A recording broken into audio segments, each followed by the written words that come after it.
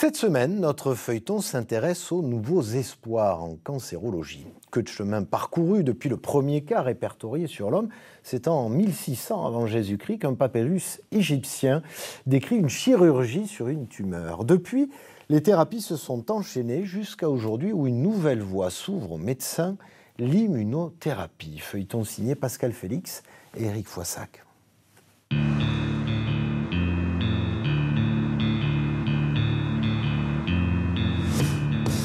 Nouveaux traitements, nouvelles technologies, recherche fondamentale, vaccins, découvertes. À Toulouse, à l'Oncopole au CHU ou dans les laboratoires, la lutte contre les cancers se mène sur tous les fronts. L'immunothérapie, la mère des batailles contre le cancer. L'immunothérapie est une voie qui a déjà fait ses preuves et qui continue d'ouvrir de nouvelles perspectives depuis le premier traitement sorti en 2011.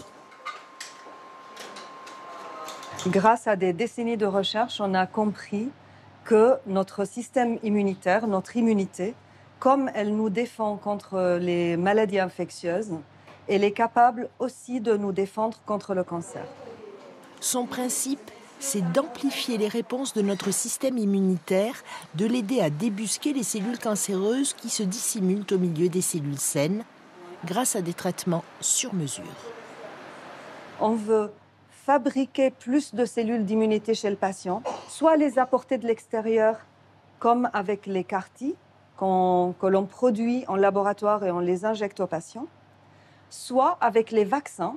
On va injecter le vaccin au patient qui va faire multiplier ces lymphocytes, ces cellules de l'immunité. Ces vaccins sont utilisés après les soins classiques de chirurgie ou de chimiothérapie. Pour fabriquer le vaccin, des cellules cancéreuses sont mises en culture avec des lymphocytes T prélevés dans le sang du patient.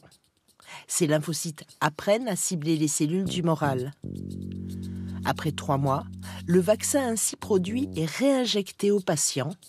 Le but est d'empêcher toute réapparition de cellules malades. Une thérapie particulièrement intéressante pour les cancers ORL. Il touche 5 à 10 000 personnes chaque année. En 2021, une première cohorte de patients avait reçu un vaccin. Aujourd'hui, les résultats sont prometteurs.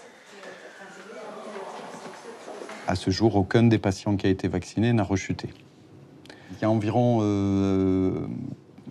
un patient sur 4, pour simplifier, à qui on va rendre service en utilisant l'immunothérapie, mais pas plus. Et donc, en fait, développer des moyens de renforcer l'immunité du corps contre ces cancers, c'est un véritable enjeu. Il reste à comprendre pourquoi certains patients répondent à l'immunothérapie et pas d'autres. On s'occupe de recevoir les échantillons qui proviennent des patients qui sont traités à l'Oncopole.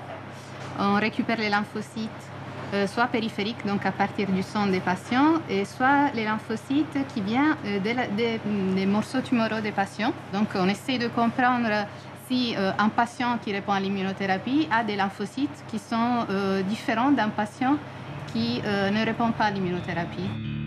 La voie de l'immunothérapie n'est pas une panacée, mais c'est quand même un espoir immense. Pour les patients, oui, c'est un espoir réel. Et pour ceux qui travaillent comme moi à faire passer les recherches fondamentales vers les patients, oui, c'est clairement l'espoir qu'on va faire mieux dans les années qui viennent. Il faudra encore entre 3 et 5 ans pour que les vaccins anti-cancer soient mis sur le marché.